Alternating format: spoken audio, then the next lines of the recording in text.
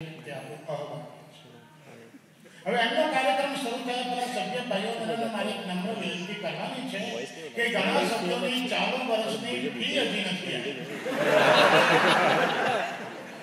આપણું નવાજમ તો કેટલું નાનકડું છે અને આટલું નાનું નવાજમ જો તમે રેગ્યુલર નહીં આપો તો આવડો મોટો સમાજ અંદર કેવી રીતે ચાલે છે.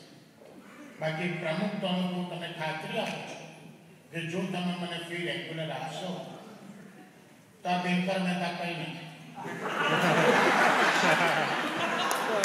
આના કરતા ટોપ કલાકારો આપણે દર વર્ષે લાવીશું.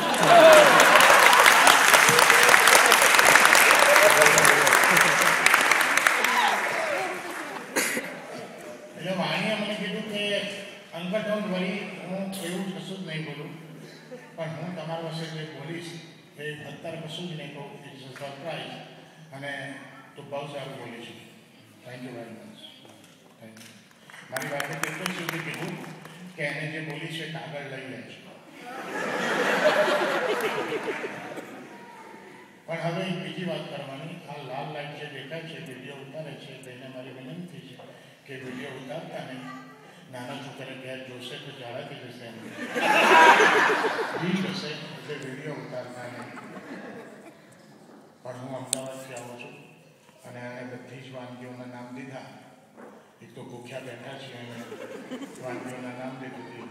પેલું ધ્વનિ ગાયન બધું કેટલું મોટું લિસ્ટ આવી ગયું. પણ એણે અમદાવાદની વાત કરી.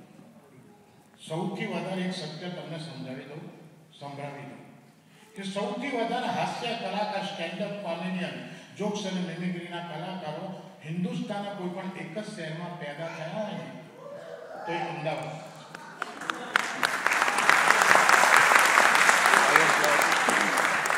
હું એક અહીંયા છું, બીજા 39 એના ઘરે છે. 40 હાસ્ય કલાકાર એકલા અમદાવાદ. 3 દિવસ હું જેમને ત્યાં ઉતર્યો છું એ ડૉક્ટર અતુલભાઈ અને બીનાબેન. પછી અતુલબેનના બપોર બેઠા હતા. અતુલબેન એમાં વાત કરતો મને બેનકતી આટલા બધા કોમેડિયન અમદાવાદમાં પેદા થવાનું કારણ શું? મૂકોને એક જ કારણ છે, કોઈ પણ બિઝનેસ ક્યાં ડેવલપ થાય જ્યાં છે એનું રો મટીરિયલ, જ્યાં છે એનો કાચો માલ પાસે પડે. તમે સુરત, નવસારી એ બાજુ જાઓ છો, બીલીમોરા, બારડોલી, ત્યાં આગળ તમને શુગર મિલ બહુ જોવા મળે, ખાંડની મિલો, કારણ કે ત્યાં મગફળી બહુ પાકે અને ત્યાં શેરડી બહુ પાકે. સૌરાષ્ટ્રમાં ઓઇલ મિલ જોવા મળે, કારણ કે ત્યાં મગફળી બહુ પાકે. ચરોતરમાં તમાકુની ખડીઓ જોવા મળે, કારણ કે ચરોતરમાં તમાકુ બહુ પાકે. અને અમદાવાદમાં કોમેડિયનો બહુ જોવા મળે, કારણ કે અમદાવાદમાં કોમેડી બહુ પાકે.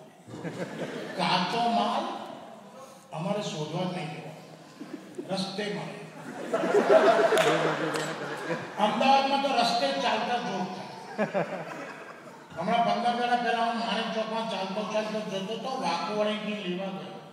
કાકો મારી જોડે કાકો, એ કાકા વાકોવણીથી લેવા ગયા. ધોતિયા પર હાથ પૂછતા તો મોઢું બગડીને મને કહે શું મારા બેટા અમદાવાદનો લોકો છે. કેમ શું થયું? મને તારા ગર્ભા કાઢે છે તો રૂપિયા જેવું લાગે.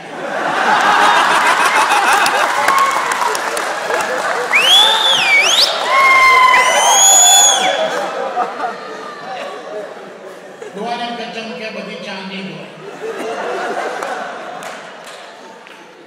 અમદાવાદમાં રસ્તે ચાલતા જોતા હમણાં એક જણ મને રસ્તામાં મળ્યો, નહીં જાનની પહેચાન. મને ઉભો રાખીને કહે બાપુ એક 2000 રૂપિયા ઉછીના આવો. એક 2000 રૂપિયા ઉછીના આવો. મોકલા દોસ્ત, હું તો તને ઓળખતો નથી. બોલો કોઈ ઓળખે છે હાલતો નથી.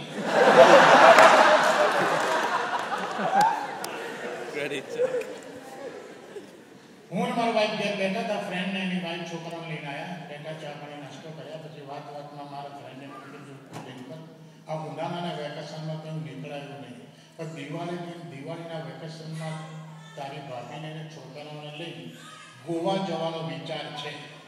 શું ખર્ચો આવે? મૂકું વિચારનો કોઈ ખર્ચો ના આવે. ખર્ચો ગોવા જાય તો જ આવે, બાકી વિચાર તો તાર જાનો કરવો તો ન કર. અને આજે એવું અમારે થયું. આજે બીનાબેન અતુલભાઈ મને મારી વાઈફને લઈને બહાર કંઈક બહુ સરસ જગ્યાએ માઉન્ટેન ઉપર, નામ ભૂલી ગયો, બહુ વિચિત્ર નામ છે માઉન્ટેન, જે નામ હોય ત્યાં લઈ ગયા. બહુ સરસ આજે દિવસ બી સારો હતો. જગ્યા બહુ સારી થઈ, બહુ મજા આવી. એ વખતે નિશિતનો ફોન આવ્યો અને બીનાબેને કીધું કે આજે અમે દીકરીને અહીંયા જઈએ છીએ. નિશિત કે હું એ જ વિચારતો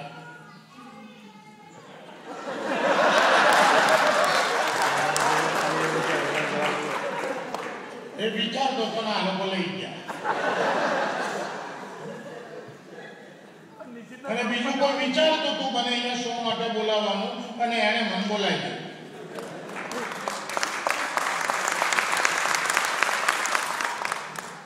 અમદાવાદની જેટલી વાત કરી છું છે શહેર એવું છે સાહેબ, એમાં બધા MBA છે, મને બધું આવડે, બધા એકબીજાના ગુરુ. અમદાવાદમાં ગ્રાહકો હશે અને વેપારીઓ હશે, બધા એકબીજાને બનાવવાનો ટ્રાય કરતા હોય. હમણાં એક જણ અમદાવાદના ફોટો સ્ટુડિયોમાં ગયો જેમ કે એક્સક્યુઝ મી પાસપોર્ટ ફોટો પડાવ્યો છે એટલે કે આમાં બેસે પાડીએ જ છે આપણે પાસપોર્ટ ફોટા, પણ એક શરત છે કે શું શૂઝ આવે છે, શૂઝ આવવા જોઈએ, બૂટ આવવા જોઈએ બોસ. પેલો સમજી ગયો કે આ પાસપોર્ટ આમાં આખો ફોટો પડાવવાનો. પેલો કે આ આવશે કે પાસપોર્ટમાં શૂઝ આવશે, કાઢીને માથે મૂક.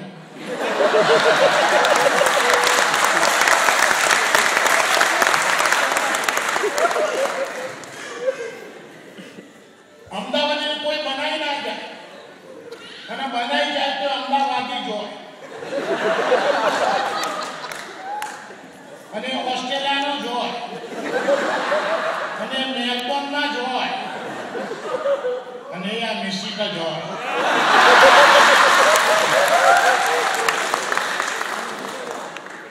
લાસ્ટ યર મારું ઘર હોતો હતો, આવ્યો આવીને મને કે દિનકર તમારું કામ છે. મેં બોલ બેટા, મેં કીધું તમે કપડાં ક્યાં સીવડાવો છો? તમારી કપડાની પેટર્ન ફિટિંગ બહુ માને છે, મને તમારા ટેલરનું એડ્રેસ આપો, મારે થોડા સીવડાવવા છે.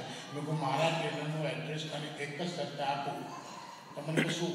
મેં કહું તારે એને મારું એડ્રેસ નહીં આપો. એટલે અમદાવાદમાં તો સમજી ગયો કે આમના પૈસા બાકી છે.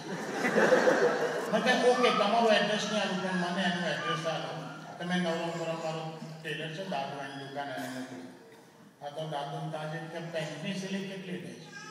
પેલા કીધું 500 ચડ્ડી પેલા કે 250 આ કે 10 ચડ્ડી ડ્રેસ સીવડાવી છે માપ લો. દરજી પૂછતી 10 ચડ્ડીનો હાંટો કરાવ સવાર મેજર ટેપ લઈને આવો. નિશ્ચિતની કમર માપ, લંબાઈ માપતો. નિશ્ચિત કે લંબાઈ આટલી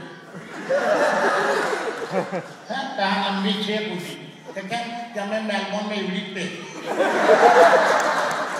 250 પેન્ટ સીવડાઈ ગયો. પેલા બીજે તારે બોર્ડમાં કીધું ચડ્ડી નહીં સીવી, છેલ્લી સીવી આની.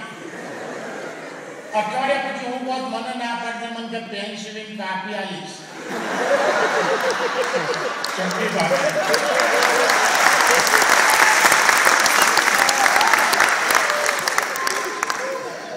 બીજું અમદાવાદની બીજી ખૂબી એ છે કે અમદાવાદમાં તમે કોઈ ફિલ્મ ઉતારવા જાઓ તો સાહેબ તમારી ઉતરી જાય. હું 25-30 વર્ષ જૂની વાત કરું છું. અમદાવાદમાં બસ સ્ટેન્ડ ઉપર ઊભો હતો, બસ નાવાની વાર ટાઈમ બી પાસ કરીશ. એમાં થોડી વાર મારી બાજુમાં એક ભાઈ આવીને ઉભા એટલે મેં ધીરે એને ભાઈને કીધું એક્સક્યુઝ મી તમને વાંધો ના એક સવાલ પૂછો? મને થાય નો પ્રોબ્લેમ પૂછો. હું તમારી જે ડાબી આંખ છે લેફ્ટ આઈ એ કાચની છે? યુ આર રાઈટ, કાચની છે. હું કહું કાચની એટલે તો ખોટી જ નહીં. તો મને કાં ખોટી ખોટી આંખ શું કામ? એક કામ આપે મને ક્યાં આપે? શું કામ આપે મને બહુ ઉપર બતાવો. 2-5 મિનિટથી આમાં ડબલ ડેકર બસ આવી ઊભી રહી એટલે આંખ કાઢી અંગૂઠા ઉપર મૂકી, સિક્કો ઉછાળી પાછી જીવી દીધી, ગોઠવી દીધી. હું તો આ શું કર્યું? મને જોઈ લીધું ડબલ ડેકરમાં ઉપર જગ્યા છે કે નહીં.